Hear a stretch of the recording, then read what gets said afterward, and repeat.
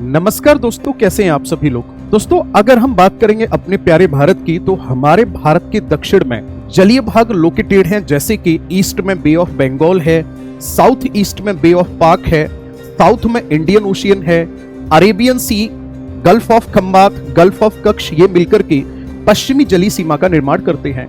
यानी कि हमारा दक्षिण भारत तीन ओर क्योंकि पानी से घिरा हुआ है, महासागरीय जल से घिरा हुआ है, इसीलिए दक्षिण भारत को पेनिनसुला इंडिया के नाम से जाना जाता है। दोस्तों, ऐसे देश जिनके पास जिनकी कोस्ट लाइन है, उन देशों में डेवलपमेंट करना बहुत आसान होता है, क्योंकि उनके पास मरीन रिसोर्स होते हैं, उनके पास वाटर ट्रांसपोर्टेशन बेटर होता है।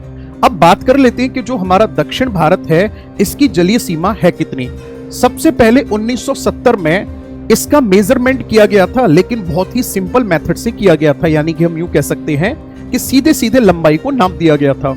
और उस समय जो हमारी भारत की तट रेखा की लंबाई थी, वो लगभग 7516.6 किलोमीटर बताई गई थी। हाल ही में मिनिस्ट्री ऑफ होम अफेयर ने हमारे इंडिया की कोस्ट लाइन का रिवाइज्ड मेजरमेंट कराया, और इस मेजरमेंट को रिमोट सेंसिंग, सैटेलाइट इमेजेस और पूरी तरह से टेक्नोलॉजी के बेस पर जब किया गया, तो इसमें हमारे इंडिया की कोस्ट लाइन का इंक्रीजमेंट देखने को मिला।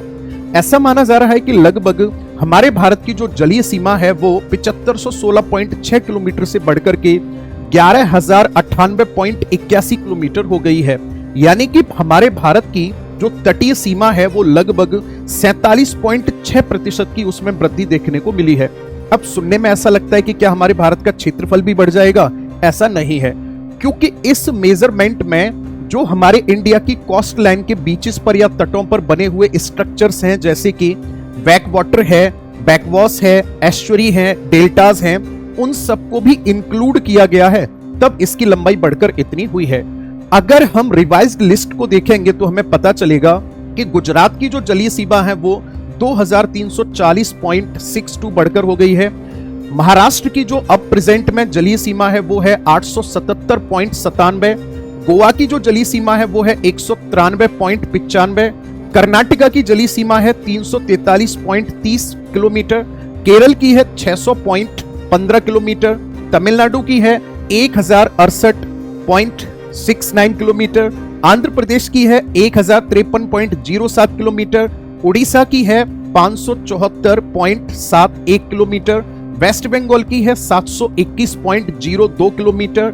दमन और द्वीप की है 54.38 किलोमीटर। पुडुचेरी की है 42.65 किलोमीटर। वहीं लक्षद्वीप आइलैंड की है 144.80। अंडमान निकोबार की है 3083.50, और यही कुल मिलाकर बैठ रही है लगभग 11098.81 किलोमीटर। दोस्तों, अब बात आती है कि क्या इसका कुछ फायदा भी मिलेगा हमारे भारत को? 100% फायदा मिलेगा हमारे भारत में। बायोडायवर्सिटी कंजर्वेशन यानी कि जैव विविधता संरक्षण को बड़े ही आसानी से और बेहतर तरीके से किया जा सकता है। यहाँ पर डिफरेंट बीचेस को और बेहतर तरीके से डेवलप करके टूरिज्म को बढ़ाया जा सकता है, और साथ ही साथ इन बढ़ी हुई तटीय सीमा में सी पोर्ट को आर्टिफिशियल तरीके से डेवलप किया जा सकता है। दोस्तों, एक समस्या और निकल कर आ रही है यहाँ पर। केरला, जिसे गॉड्स ऑन कंट्री यानी कि ईश्वर का स्वयं का देश कहा जाता है, ये अपनी नेचुरल ब्यूटी के लिए जाना जाता है। केरल के तटों को मालाबार तट कहा जाता है, और प्रेजेंट टाइम में क्लाइमेटिक चेंज होने की वजह से यहाँ पर सी वेव बहुत ज्यादा खतरनाक हो रही है, यानी कि उनकी जो तीव्रता है वो बढ़ गई है, और इसकी वजह से जो मालाबार तट की चौड़ाई है वो कम होती जा रही है। और ऐसा डेटा बता रहा है कि लगभग एक साल में मालाबार का जो तट है वो 6 मीटर अंदर की तरफ खिसकता जा रहा है। तो ये एक बड़ी समस्या है। वहीं पुडुचेरी में भी जो कोस्ट लाइन है, उसमें डिक्लाइन देखने को मिला है। दोस्तों, अगर आपको ये जानकारी अच्छी लगी हो तो अपने दोस्तों के साथ जरूर शेयर करें। मैं आप लोगों से मुलाकात करूंगा अगली वीडियो में। धन्यवाद।